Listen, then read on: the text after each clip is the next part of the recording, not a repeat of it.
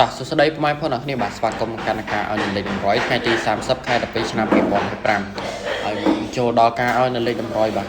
យើងដូចសពរដងទេពុកម៉ែបងប្អូនមកមានសុំចិត្តពុកម៉ែបងប្អូនយើងជួយ like subscribe បើសញ្ញារូបកណ្ដឹងឲ្យ channel បាទម្នាក់មួយផងបាទដើម្បីជាកម្លាំងចិត្តបាទដល់មានក្នុងការធ្វើនៅវីដេអូបាទក៏ដូចជាដាក់នៅលេខ100បាទចែកជូនពុកម៉ែបងប្អូនយើងបានលេខរាល់ថ្ងៃចឹងពុកម៉ែបងប្អូនឥឡូវនេះមានសុំនាំអារម្មណ៍ពុកម៉ែបងប្អូនយើងទៅផ្ទៀងផ្ទាត់នៅលេខ100ថ្ងៃចាស់សិន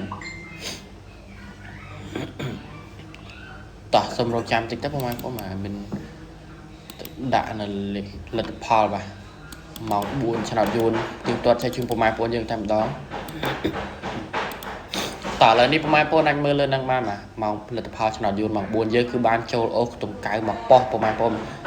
ផុតពីនឹងអត់មានចូលទៀតទេបាទសែតខ្លាំងមែនតើបាទថ្ងៃនេះអត់សូវចូលហើយបាទលទ្ធផលម៉ោង6យើងក៏អត់មានបានចូលអីដែរពុកម៉ែបងប្អូនបាទសែតខ្លាំងមែនតើបាទតោះដើម្បីកុំឲ្យរងចាំយូរបាទមានសុំដាក់នៅលេខ100ថ្ងៃថ្មីចែកជូនពុកម៉ែបងប្អូនយើងតែម្ដងទៅបាទ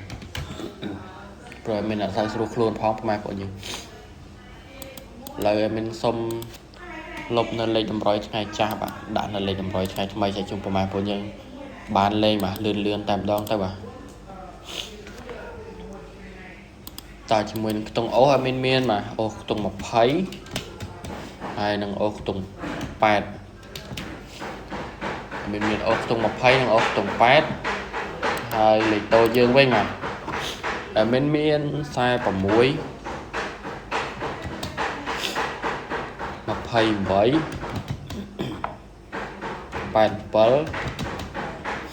ហើយនឹង34ជាមួយនឹងលេខតូចនេះដែរបាទយើងមាន4គ្រាប់ដូចសោរដងទេម៉ែបងប្អូនមកហើយយើងមិនបាច់លេងគុណទេបាទលេខតូចហ្នឹងណាហើយលេខធំឲ្យមានបាទ614 741ហើយនឹង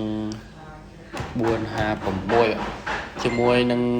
លេខធំបាទមាន3គ្រាប់បាទហើយលេខធំនេះដែរយើងលេងគុណពុកម៉ែបងប្អូនបាទយើងគុណឲ្យមានអាកាសចូលច្រើនបាទបើពុកម៉ែបងប្អូនអត់គុណទេអត់ងាយចូលទេបាទហើយយើងលេង BCD ទៅពុកម៉ែបងប្អូនបាទបើពុកម៉ែបងប្អូនអាចរក A បានពុកម៉ែបងប្អូនជួយរក A តិចទៅព្រោះអីវាអាចនឹងចេញ A ដែរបាទហើយ